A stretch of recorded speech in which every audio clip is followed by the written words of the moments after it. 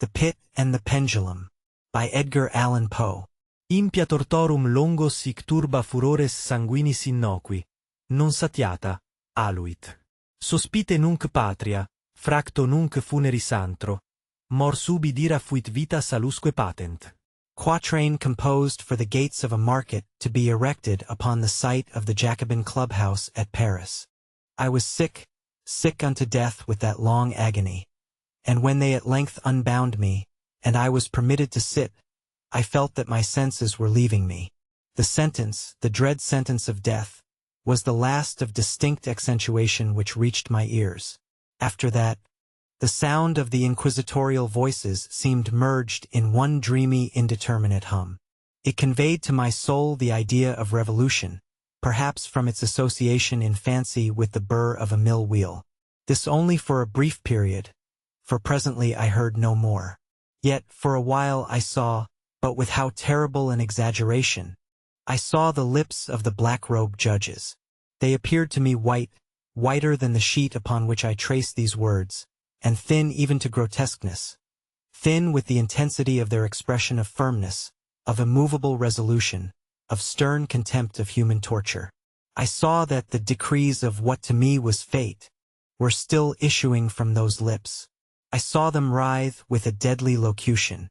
I saw them fashion the syllables of my name, and I shuddered because no sound succeeded. I saw, too, for a few moments of delirious horror, the soft and nearly imperceptible waving of the sable draperies which enwrapped the walls of the apartment.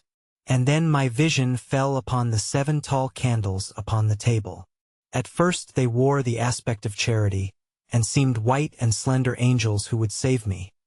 But then, all at once, there came a most deadly nausea over my spirit, and I felt every fiber in my frame thrill as if I had touched the wire of a galvanic battery, while the angel forms became meaningless specters, with heads of flame, and I saw that from them there would be no help. And then there stole into my fancy, like a rich musical note, the thought of what sweet rest there must be in the grave. The thought came gently and stealthily, and it seemed long before it attained full appreciation. But just as my spirit came at length properly to feel and entertain it, the figures of the judges vanished, as if magically, from before me. The tall candles sank into nothingness.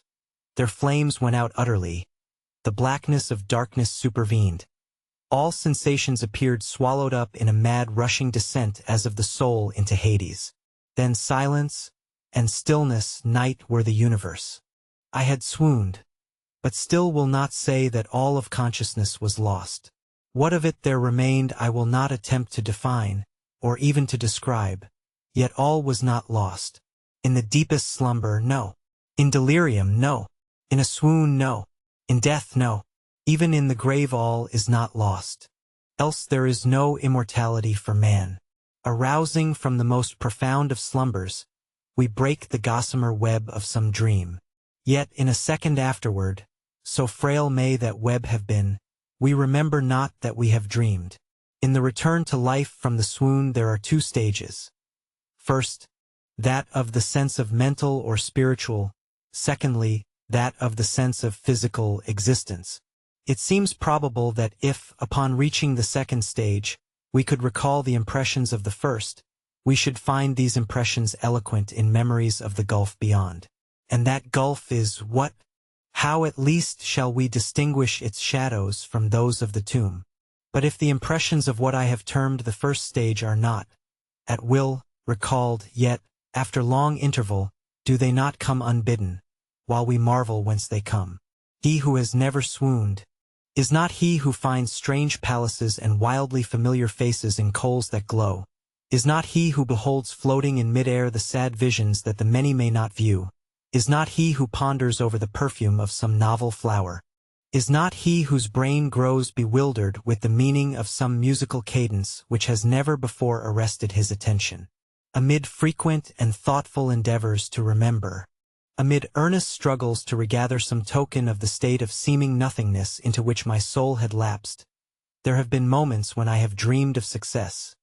There have been brief, very brief periods when I have conjured up remembrances which the lucid reason of a later epoch assures me could have had reference only to that condition of seeming unconsciousness. These shadows of memory tell, indistinctly, of tall figures that lifted and bore me in silence down, still down, till a hideous dizziness oppressed me at the mere idea of the interminableness of the descent. They tell also of a vague horror at my heart, on account of that heart's unnatural stillness. Then comes a sense of sudden motionlessness throughout all things, as if those who bore me, a ghastly train, had outrun, in their descent, the limits of the limitless, and paused from the wearisomeness of their toil. After this I call to mind flatness and dampness, and then all is madness, the madness of a memory which busies itself among forbidden things. Very suddenly there came back to my soul motion and sound, the tumultuous motion of the heart, and, in my ears, the sound of its beating. Then a pause in which all is blank. Then again sound, and motion, and touch, a tingling sensation pervading my frame. Then the mere consciousness of existence without thought, a condition which lasted long. Then, very suddenly, thought, and shuddering terror, and earnest endeavor to comprehend my true state. Then a strong desire to lapse into insensibility. Then a rushing revival of soul and a successful effort to move. And now a full memory of the trial, of the judges, of the sable draperies, of the sentence, of the sickness, of the swoon. Then entire forgetfulness of all that followed, of all that a later day and much earnestness of endeavor have enabled me vaguely to recall. So far I had not opened my eyes. I felt that I lay upon my back, unbound. I reached out my hand, and it fell heavily upon something damp and hard. There I suffered it to remain for many minutes, while I strove to imagine where and what I could be. I longed, yet dared not to employ my vision. I dreaded the first glance at objects around me. It was not that I feared to look upon things horrible, but that I grew aghast lest there should be nothing to see. At length, with a wild desperation at heart, I quickly unclosed my eyes. My worst thoughts, then, were confirmed. The blackness of eternal night encompassed me. I struggled for breath. The intensity of the darkness seemed to oppress and stifle me. The atmosphere was intolerably close. I still lay quietly, and made effort to exercise my reason. I brought to mind the inquisitorial proceedings, and attempted from that point to deduce my real condition. The sentence had passed, and it appeared to me that a very long interval of time had since elapsed. Yet not for a moment did I suppose myself actually dead. Such a supposition, notwithstanding what we read in fiction, is altogether inconsistent with real existence. But where and in what state was I? The condemned to death, I knew, perished usually at the autos de fe, and one of these had been held on the very night of the day of my trial. Had I been remanded to my dungeon, to await the next sacrifice, which would not take place for many months, this I at once saw could not be. Victims had been in immediate demand. Moreover, my dungeon, as well as all the condemned cells at Toledo, had stone floors, and light was not altogether excluded. A fearful idea now suddenly drove the blood in torrents upon my heart, and for a brief period, I once more relapsed into insensibility. Upon recovering, I at once started to my feet, trembling convulsively in every fiber. I thrust my arms wildly above and around me in all directions. I felt nothing, yet dreaded to move a step, lest I should be impeded by the walls of a tomb. Perspiration burst from every pore, and stood in cold big beads upon my forehead.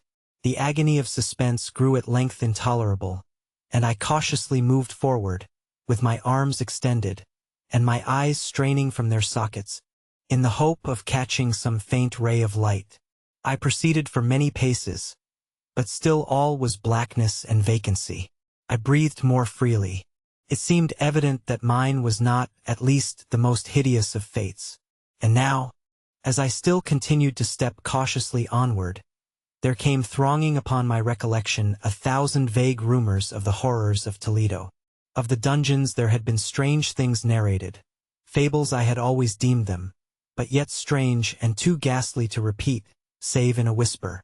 Was I left to perish of starvation in this subterranean world of darkness? Or what fate, perhaps even more fearful, awaited me? That the result would be death, and a death of more than customary bitterness. I knew too well the character of my judges to doubt. The mode and the hour were all that occupied or distracted me. My outstretched hands at length encountered some solid obstruction. It was a wall seemingly of stone masonry, very smooth, slimy, and cold. I followed it up, stepping with all the careful distrust with which certain antique narratives had inspired me. This process, however, afforded me no means of ascertaining the dimensions of my dungeon, as I might make its circuit and return to the point whence I set out, without being aware of the fact. So perfectly uniform seemed the wall.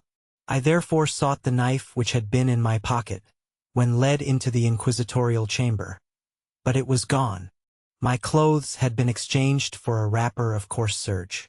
I had thought of forcing the blade in some minute crevice of the masonry, so as to identify my point of departure. The difficulty, nevertheless, was but trivial, although, in the disorder of my fancy, it seemed at first insuperable. I tore a part of the hem from the robe and placed the fragment at full length, and at right angles to the wall.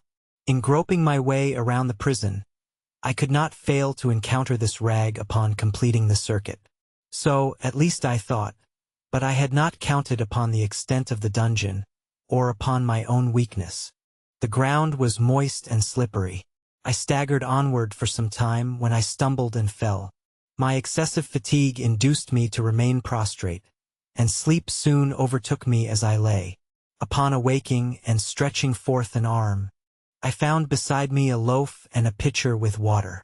I was too much exhausted to reflect upon this circumstance, but ate and drank with avidity. Shortly afterward, I resumed my tour around the prison, and with much toil came at last upon the fragment of the serge. Up to the period when I fell I had counted 52 paces, and upon resuming my walk, I had counted 48 more, when I arrived at the rag. There were in all, then, 100 paces, and, admitting 2 paces to the yard, I presumed the dungeon to be 50 yards in circuit.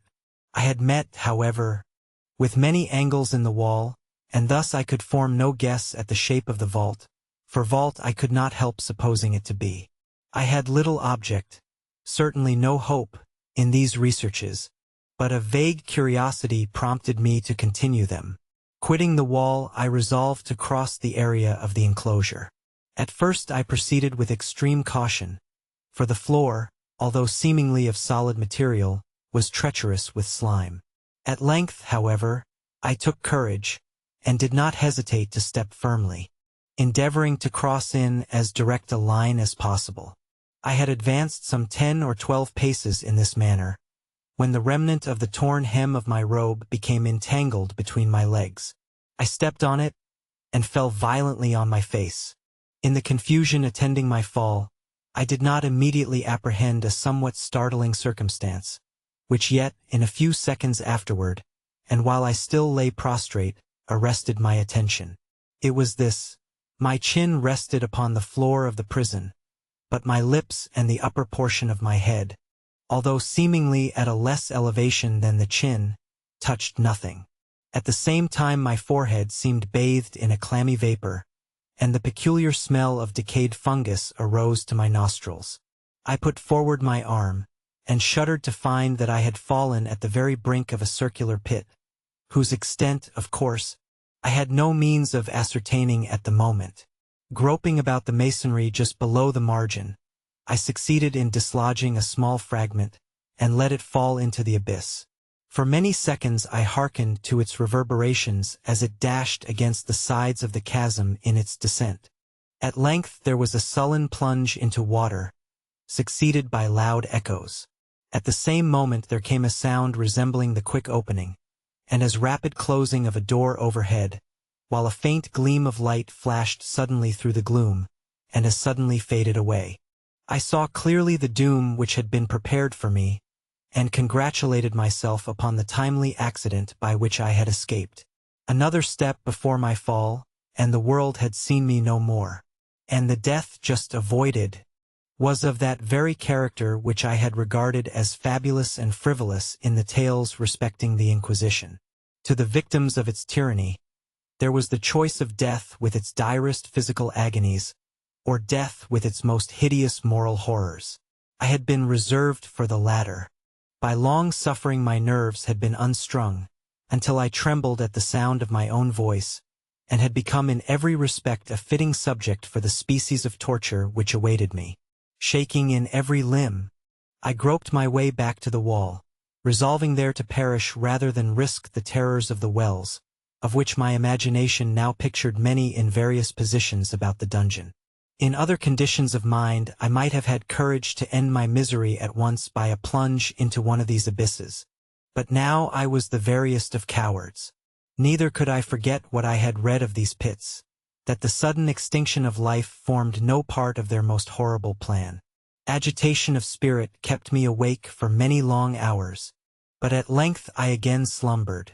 Upon arousing, I found by my side, as before, a loaf and a pitcher of water. A burning thirst consumed me, and I emptied the vessel at a draught.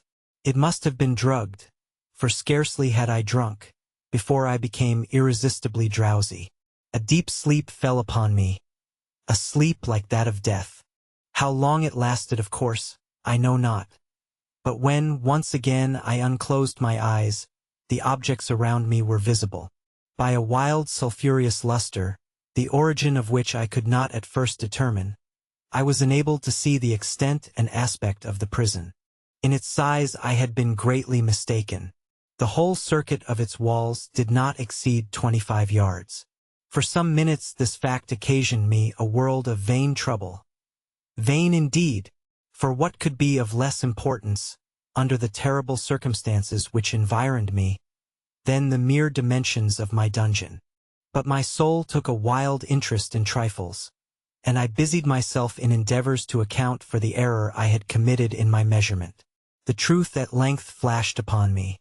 In my first attempt at exploration I had counted 52 paces, up to the period when I fell. I must then have been within a pace or two of the fragment of serge. In fact, I had nearly performed the circuit of the vault. I then slept, and, upon awaking, I must have returned upon my steps, thus supposing the circuit nearly double what it actually was. My confusion of mind prevented me from observing that I began my tour with the wall to the left, and ended it with the wall to the right. I had been deceived, too, in respect to the shape of the enclosure. In feeling my way I had found many angles, and thus deduced an idea of great irregularity. So potent is the effect of total darkness upon one arousing from lethargy or sleep. The angles were simply those of a few slight depressions, or niches at odd intervals. The general shape of the prison was square. What I had taken for masonry seemed now to be iron, or some other metal, in huge plates, whose sutures or joints occasioned the depression. The entire surface of this metallic enclosure was rudely daubed in all the hideous and repulsive devices to which the charnel superstition of the monks has given rise. The figures of fiends in aspects of menace, with skeleton forms, and other more really fearful images, overspread and disfigured the walls. I observed that the outlines of these monstrosities were sufficiently distinct, but that the colors seemed faded and blurred, as if from the effects of a damp atmosphere. I now noticed the floor, too, which was of stone. In the center yawned the circular pit from whose jaws I had escaped, but it was the only one in the dungeon. All this I saw indistinctly and by much effort, for my personal condition had been greatly changed during slumber. I now lay upon my back, and at full length, on a species of low framework of wood. To this I was securely bound by a long strap resembling a sucingle. It passed in many convolutions about my limbs and body, leaving at liberty only my head, and my left arm to such extent that I could, by dint of much exertion, supply myself with food from an earthen dish which lay by my side on the floor. I saw, to my horror, that the pitcher had been removed. I say to my horror, for I was consumed with intolerable thirst. This thirst it appeared to be the design of my persecutors to stimulate, for the food in the dish was meat pungently seasoned. Looking upward, I surveyed the ceiling of my prison. It was some 30 or 40 feet overhead, and constructed much as the side walls. In one of its panels a very singular figure riveted my whole attention. It was the painted figure of Time as he is commonly represented, save that, in lieu of a scythe, he held what, at a casual glance, I suppose to be the pictured image of a huge pendulum such as we see on antique clocks. There was something, however, in the appearance of this machine which caused me to regard it more attentively. While I gazed directly upward at it, for its position was immediately over my own, I fancied that I saw it in motion. In an instant afterward the fancy was confirmed. The sweep was brief and of course slow. I watched it for some minutes, somewhat in fear, but more in wonder. Wearied at length with observing its dull movement, I turned my eyes upon the other objects in the cell. A slight noise attracted my notice, and, looking to the floor, I saw several enormous rats traversing it. They had issued from the well, which lay just within view to my right. Even then, while I gazed, they came up in troops, hurriedly, with ravenous eyes, allured by the scent of the meat. From this it required much effort and attention to scare them away. It might have been half an hour, perhaps even an hour, for I could take but imperfect note of time, before I again cast my eyes upward. What I then saw confounded and amazed me. The sweep of the pendulum had increased in extent by nearly a yard. As a natural consequence, its velocity was also much greater. But what mainly disturbed me was the idea that had perceptibly descended. I now observed, with what horror it is needless to say, that its nether extremity was formed of a crescent of glittering steel, about a foot in length from horn to horn, the horns upward, and the under edge evidently as keen as that of a razor. Like a razor also, it seemed massy and heavy, tapering from the edge into a solid and broad structure above.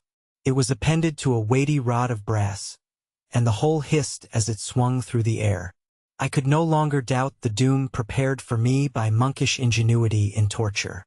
My cognizance of the pit had become known to the inquisitorial agents. The pit, whose horrors had been destined for so bold a recusant as myself.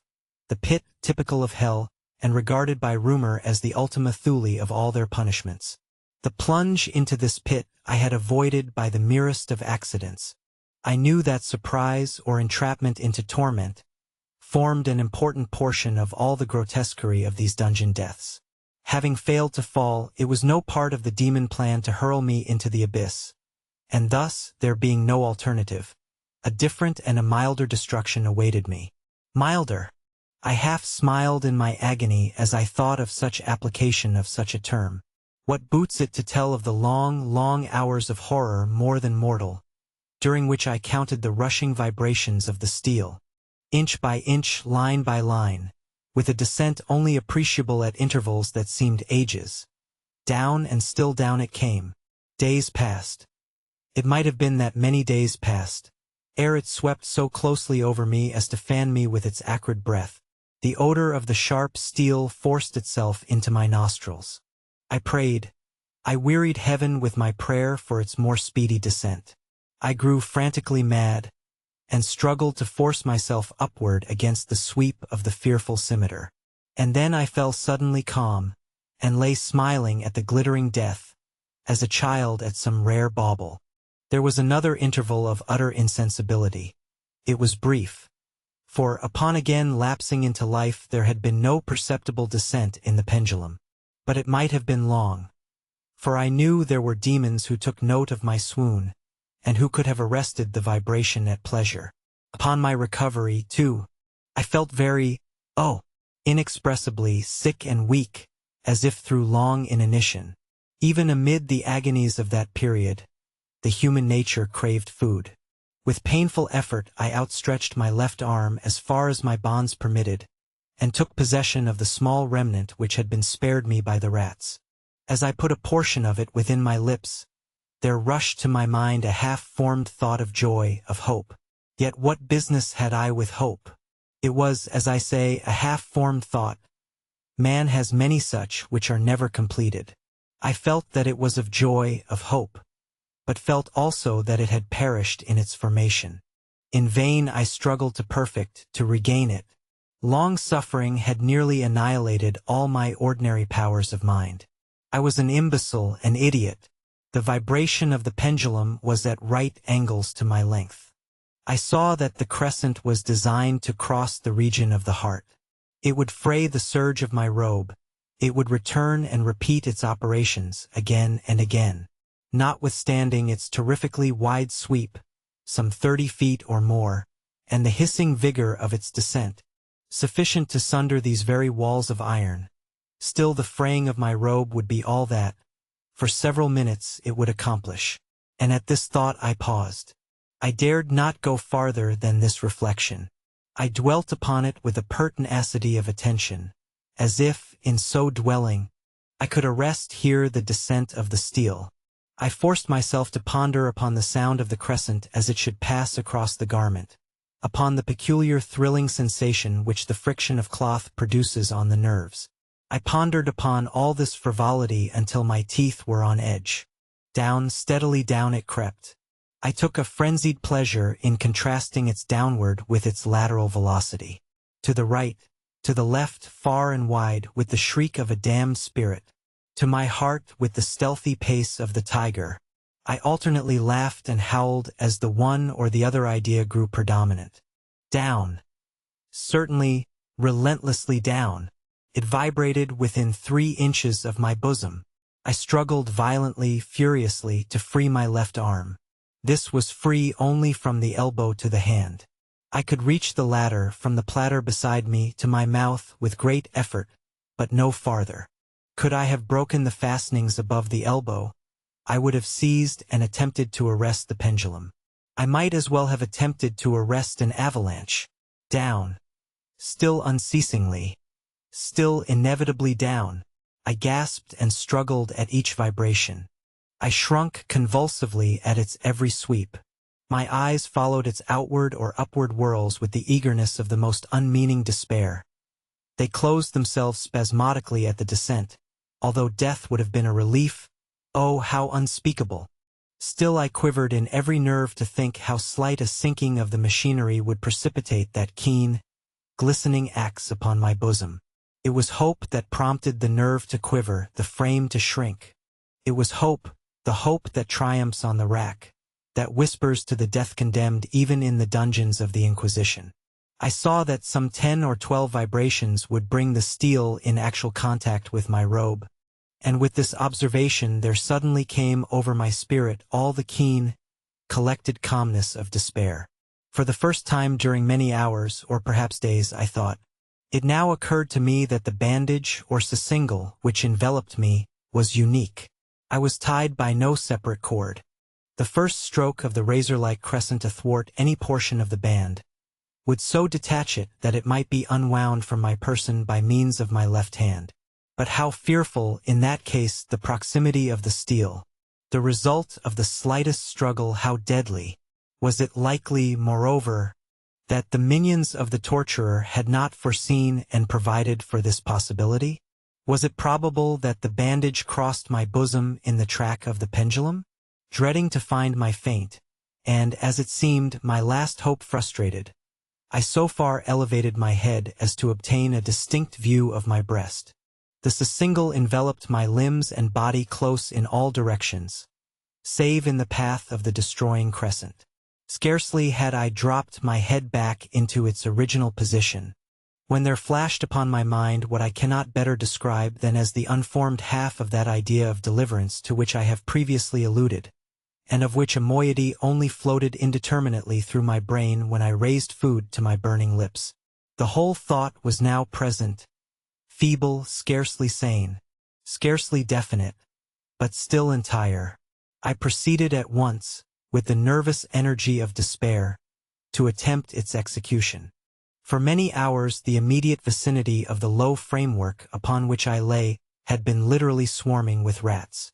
They were wild, bold, ravenous, their red eyes glaring upon me as if they waited but for motionlessness on my part to make me their prey. To what food? I thought. Have they been accustomed in the well? They had devoured, in spite of all my efforts to prevent them, all but a small remnant of the contents of the dish. I had fallen into an habitual seesaw, or wave of the hand about the platter, and, at length, the unconscious uniformity of the movement deprived it of effect. In their voracity, the vermin frequently fastened their sharp fangs in my fingers. With the particles of the oily and spicy viand which now remained, I thoroughly rubbed the bandage wherever I could reach it. Then, raising my hand from the floor, I lay breathlessly still. At first the ravenous animals were startled and terrified at the change, at the cessation of movement. They shrank alarmedly back. Many sought the well, but this was only for a moment. I had not counted in vain upon their voracity. Observing that I remained without motion, one or two of the boldest leaped upon the framework and smelt at the sucingle. This seemed the signal for a general rush. Forth from the well they hurried in fresh troops. They clung to the wood, they overran it, and leaped in hundreds upon my person. The measured movement of the pendulum disturbed them not at all. Avoiding its strokes, they busied themselves with the anointed bandage. They pressed, they swarmed upon me in ever-accumulating heaps. They writhed upon my throat. Their cold lips sought my own. I was half stifled by their thronging pressure. Disgust, for which the world has no name, swelled my bosom, and chilled, with a heavy clamminess, my heart. Yet 1 minute, and I felt that the struggle would be over. Plainly I perceived the loosening of the bandage. I knew that in more than one place it must be already severed. With a more than human resolution I lay still. Nor had I erred in my calculations, nor had I endured in vain. I at length felt that I was free. The sucingle hung in ribbons from my body. But the stroke of the pendulum already pressed upon my bosom. It had divided the serge of the robe. It had cut through the linen beneath. Twice again it swung, and a sharp sense of pain shot through every nerve. But the moment of escape had arrived. At a wave of my hand, my deliverers hurried tumultuously away. With a steady movement, cautious, sidelong, shrinking, and slow, I slid from the embrace of the bandage and beyond the reach of the scimitar. For the moment, at least, I was free. Free! And in the grasp of the Inquisition, I had scarcely stepped from my wooden bed of horror upon the stone floor of the prison, when the motion of the hellish machine ceased and I beheld it drawn up, by some invisible force, through the ceiling. This was a lesson which I took desperately to heart. My every motion was undoubtedly watched. Free! I had but escaped death in one form of agony, to be delivered unto worse than death in some other. With that thought, I rolled my eaves nervously around on the barriers of iron that hemmed me in. Something unusual, some change which, at first, I could not appreciate distinctly, it was obvious, had taken place in the apartment. For many minutes of a dreamy and trembling abstraction, I busied myself in vain, unconnected conjecture. During this period, I became aware, for the first time, of the origin of the sulphureous light which illumined the cell. It proceeded from a fissure about half an inch in width, extending entirely around the prison at the base of the walls, which thus appeared, and were completely separated from the floor. I endeavored, but of course in vain, to look through the aperture. As I arose from the attempt, the mystery of the alteration in the chamber broke at once upon my understanding. I have observed that, although the outlines of the figures upon the walls were sufficiently distinct, yet the colors seemed blurred and indefinite. These colors had now assumed, and were momentarily assuming, a startling and most intense brilliancy, that gave to the spectral and fiendish portraitures an aspect that might have thrilled even firmer nerves than my own. Demon eyes, of a wild and ghastly vivacity, glared upon me in 1,000 directions, where none had been visible before, and gleamed with the lurid luster of a fire that I could not force my imagination to regard as unreal. Unreal! Even while I breathed, there came to my nostrils the breath of the vapor of heated iron. A suffocating odor pervaded the prison. A deeper glow settled each moment in the eyes that glared at my agonies. A richer tint of crimson diffused itself over the pictured horrors of blood. I panted. I gasped for breath. There could be no doubt of the design of my tormentors. Oh, most unrelenting. Oh, most demoniac of men. I shrank from the glowing metal to the center of the cell.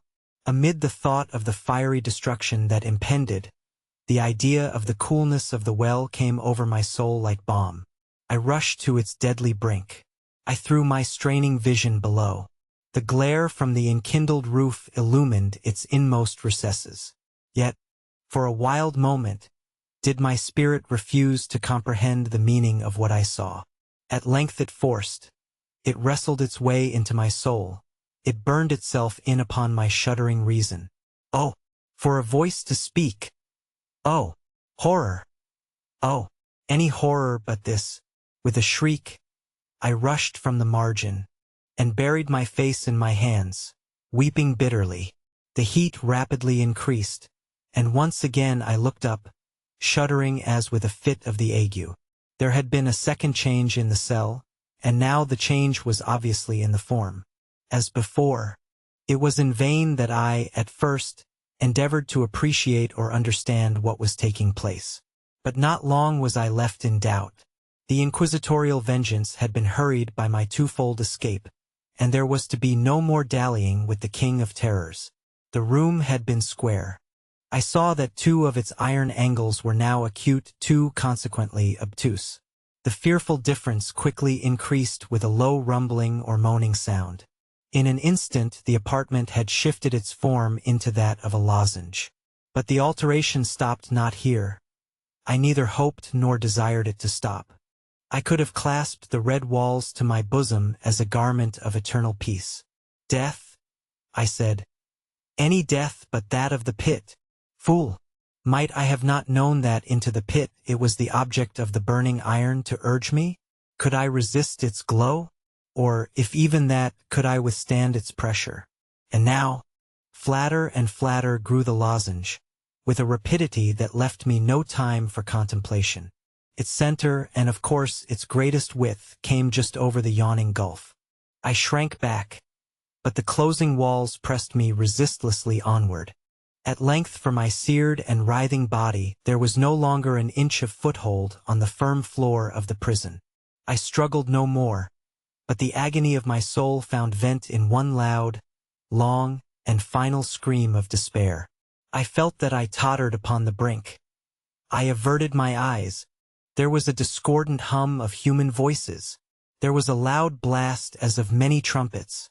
There was a harsh grating as of 1,000 thunders. The fiery walls rushed back. An outstretched arm caught my own as I fell, fainting, into the abyss. It was that of General Lassalle. The French army had entered Toledo. The Inquisition was in the hands of its enemies.